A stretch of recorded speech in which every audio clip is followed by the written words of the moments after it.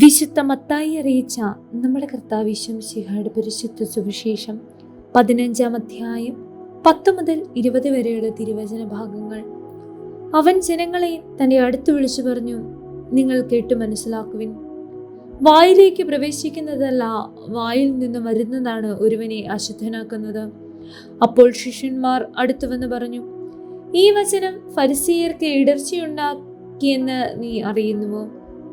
അവൻ മറുപടി പറഞ്ഞു, എൻ്റെ സ്വർഗീയ പിതാവ് നട്ടതല്ലാത്ത ചെടികളൊക്കെയും പിഴുതു മാറ്റപ്പെടും.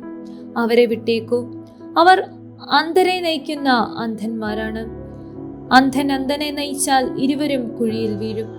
ഈ ഉപമ ഞങ്ങൾ വിശദീകരിച്ചു തരണമെന്ന് പത്രോസ് അപേക്ഷിച്ചു.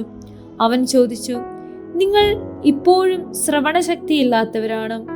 വായിൽ പ്രവേശിക്കുന്നവ ഉദരത്തിലേക്ക് പോകുന്നെന്നും അവിടെ നിന്നും അത് വിസർജിക്കപ്പെടുന്നെന്നും നിങ്ങൾ ഗ്രഹിക്കുന്നില്ലേ? എന്നാൽ വായിൽ നിന്ന് വരുന്നത് ഹൃദയത്തിൽ നിന്നാണ് പുറപ്പെടുന്നത്. അത് മനുഷ്യനെ അശുദ്ധനാക്കുന്നു.